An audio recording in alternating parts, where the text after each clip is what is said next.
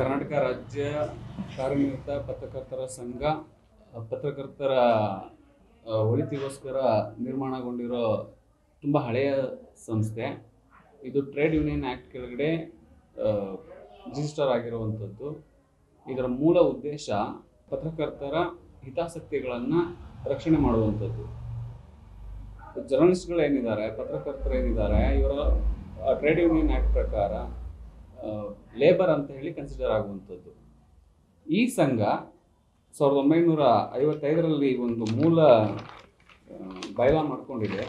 ಆ ಬೈಲಾದ ಪ್ರಕಾರ ಮತ್ತು ಟ್ರೇಡ್ ಯೂನಿಯನ್ಸ್ ಆ್ಯಕ್ಟ್ ಪ್ರಕಾರ ಕೇವಲ ಕಾರ್ಯನಿರತ ಪತ್ರಕರ್ತರು ಮಾತ್ರ ಈ ಸಂಘದ ಮೆಂಬರ್ಸ್ ಆಗ್ಬೋದು ಅನ್ನೋದು ಒಂದು ನಿಯಮ ಮತ್ತು ಅದೇ ಕಾನೂನು. ಆದರೆ ಇತ್ತೀಚಿನ ದಿನಗಳಲ್ಲಿ ಹಲವಷ್ಟು ಸುಮಾರು 30-40 ವರ್ಷದಿಂದ ಏನಾಗ್ತಿದೆ ಅಂದರೆ, ಈ ಕಾರ್ಯನಿರತ ಪತ್ರಕರ್ತರ ಸಂಘದಲ್ಲಿ ಮಾಲೀಕರು ಅಂದರೆ ಪತ್ರಿಕೆಗಳ ಮಾಲೀಕರು ಸಹ ಮೆಂಬರ್ಗಳಾಗಿ ಇಡೀ ಸಂಘವನ್ನು ತಮ್ಮ ಕಂಟ್ರೋಲ್ಗೆ ತಗೊಂಡಿದ್ದಾರೆ.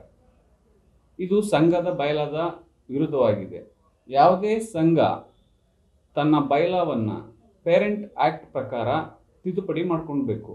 ಆ ಪೇರೆಂಟ್ ಆ್ಯಕ್ಟಿಗೆ ವಿರುದ್ಧವಾಗಿ ಮಾಡಿಕೊಂಡ ಯಾವುದೇ ಬೈಲಾ ಅಸಿಂಧು ಆಗ್ತದೆ. ಇಲ್ಲಿ ಈ ಸಂಘವನ್ನು ತಮ್ಮ ಕಸ್ಟಡಿಗೆ ಸಂಪೂರ್ಣ ನಿಯಂತ್ರಣಕ್ಕೆ ತೆಗೆದುಕೊಂಡ ಪತ್ರಿಕಾ ಮಾಲೀಕರು, ಪ್ರಾದೇಶಿಕ, ಲೋಕಲ್ ಮತ್ತು ರಾಜ್ಯ, ಇವರೆಲ್ಲರೂ ಏನು ಮಾಡಿದ್ದಾರೆ ಅಂದರೆ, ತಮಗೆ ಇಚ್ಛೆಗೆ ಬಂದಂತೆ ತಮ್ಮ ಹಿತಾಸಕ್ತಿಗೆ ಅನುಗುಣವಾಗಿ ಈ ಬೈಲಾವನ್ನು ಚೇಂಜ್ ಮಾಡ್ಕೊಂಡಿದ್ದಾರೆ.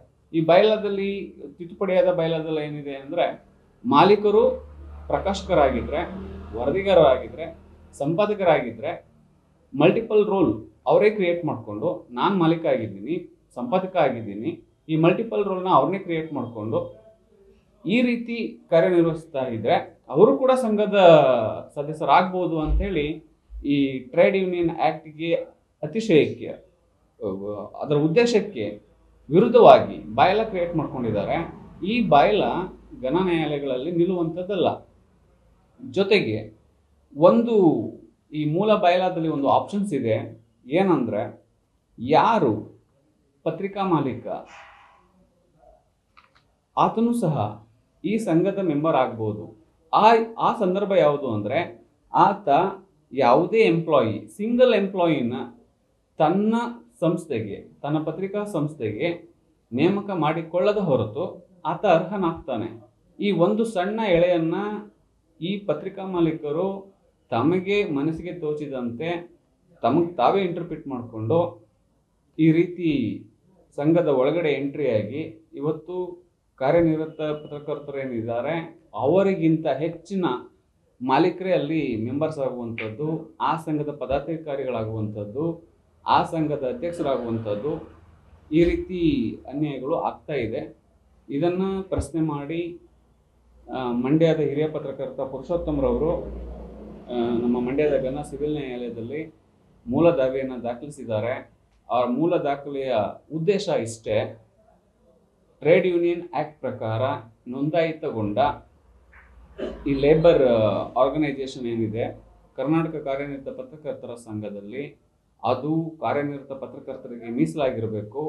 ಅಲ್ಲಿ ಕಾನೂನು ಬಾಹಿರವಾಗಿ ಸಂಘದ ಮೆಂಬರ್ಗಳಾಗಿ ಪದಾಧಿಕಾರಿಗಳಾಗಿರುವ ಪತ್ರಿಕಾ ಮಾಲೀಕರು ಅಷ್ಟು ಜನ ಹೊರಗಡೆ ಹೋಗಬೇಕು ಮತ್ತು ಅಲ್ಲಿ ನ್ಯಾಯಸಮ್ಮತ ಎಲೆಕ್ಷನ್ ಆಗಬೇಕು.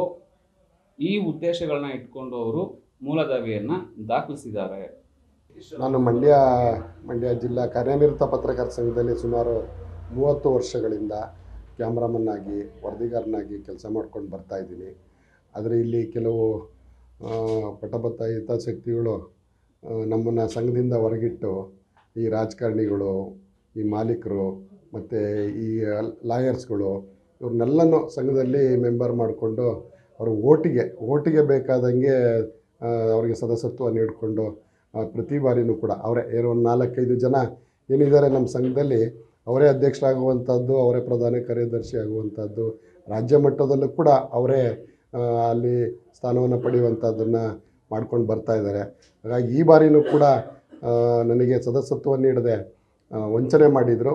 ಹಾಗಾಗಿ ನಾನು ಮಂಡ್ಯದ ಕೋರ್ಟ್ನಲ್ಲಿ ನನಗೆ ಸದಸ್ಯತ್ವ ನೀಡಿಲ್ಲ, ಮತ್ತು ಇಲ್ಲಿ ಮಾಲೀಕರು ಎಡಿಟರ್ ಅಂತೇಳಿ ಸದಸ್ಯತ್ವ ಪಡ್ಕೊಂಡು ಅವರೇ ದರ್ಬಾರ್ ಮಾಡ್ತಾ ಇರೋದ್ರಿಂದ ಅವ್ರನ್ನ ಆಚೆ ಇಟ್ಟು ಏನು ಕಾರ್ಮಿಕರಿಗೆ ಒಂದು ಇದನ್ನು ಉಳಿಸ್ಕೊಡ್ಬೇಕು, ಇಲ್ಲಿ ಕಾರ್ಮಿಕ ಪತ್ರಕರ್ತರೇ ಉಳಿಬೇಕು ಅನ್ನುವಂಥದ್ದನ್ನು ಉದ್ದೇಶ ಇಟ್ಕೊಂಡು, ಜೊತೆಗೆ ನನ್ನಂಥ ಪತ್ರಕರ್ತರು, ಹಿರಿಯ ಪತ್ರಕರ್ತರು ಒಬ್ಬರು ಕೂಡ ಅಲ್ಲಿ ಒಳಗಿಲ್ಲ, ಎಲ್ಲರನ್ನೂ ಆಚೆ ಇಟ್ಟಿದ್ದಾರೆ.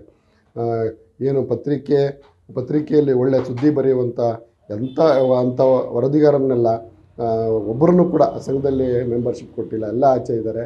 ಹಾಗಾಗಿ ಅವರಿಗೆಲ್ಲ ಸದಸ್ಯತ್ವ ನೀಡಬೇಕು ಅಂತೇಳಿ ನಾನು ಕೋರ್ಟ್ನಲ್ಲಿ ದಾವೆ ಹೂಡಿರುವಂಥದ್ದು.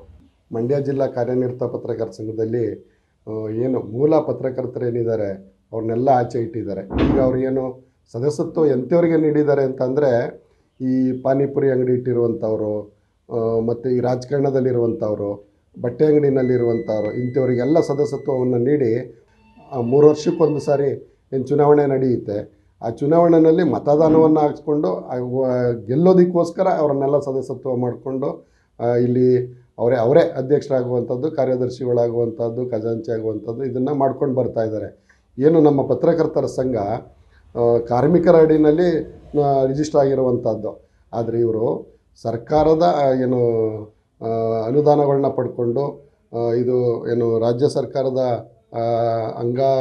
ಒಂದು ಸಂಸ್ಥೆ ಅಂತೇಳಿ ಹೇಳ್ಕೊಂಡು ಈ ಥರದ ಸರ್ಕಾರವನ್ನು, ಅಧಿಕಾರಿಗಳನ್ನು ಅವರಿಗೆ ಒಂದು ದುರ್ಬಲರನ್ನಾಗಿ, ಅಂದರೆ ಅವರಿಗೆ ಸುಳ್ಳನ್ನು ಹೇಳ್ಕೊಂಡು ಈ ಸಂಘದಲ್ಲಿ ಇವರು ಒಂದು ಸಂಘಕ್ಕೆ ಒಂದು ಕೆಟ್ಟ ಹೆಸರು ತರುವಂಥದ್ದನ್ನು ಮಾಡ್ತಾಯಿದ್ದಾರೆ.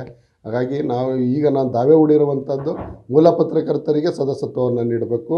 ಇಲ್ಲಿ ಅಕ್ರಮವಾಗಿರುವಂಥವ್ರು ರಾಜಕಾರಣಿಗಳಿರ್ಬೋದು, ಇಲ್ಲಿ ಮಾಲೀಕರಿರ್ಬೋದು, ಅಥವಾ ಇನ್ನು ಲಾಯರ್ಸು, ಮತ್ತು ಈ ಪಾನಿಪುರಿ ಅಂಗಡಿ, ಈ ಬಟ್ಟೆ ಅಂಗಡಿಲಿರುವಂಥವ್ರನ್ನೆಲ್ಲ ಆಚೆ ಹಾಕಬೇಕು. ಪತ್ರಕರ್ತರನ್ನ ಮಾತ್ರ ಇಲ್ಲಿ ಸದಸ್ಯತ್ವ ನೀಡಬೇಕು. ಪತ್ರಿಕೋದ್ಯಮ ಅಂದರೆ ಜನಗಳಿಗೆ ಭಯ ಇದೆ, ಆದರೆ ಈಗ ಆ ಭಯ ಹೋಗಿ ಪತ್ರಕರ್ತರು ಅಂದರೆ ಗೌರವ ಸಿಗುವಂಥದ್ದು ಮತ್ತೆ ಆಗಬೇಕು ಅನ್ನೋದು ನನ್ನ ಒತ್ತಾಯ ಆಗಿದ್ದು. ಹಾಗಾಗಿ ನಾನು ಇದನ್ನು ಮುಂದಿಟ್ಟು ನಾನು ನ್ಯಾಯಾಲಯದಲ್ಲಿ ದಾವೆ ಹೂಡಿರುವಂಥದ್ದು.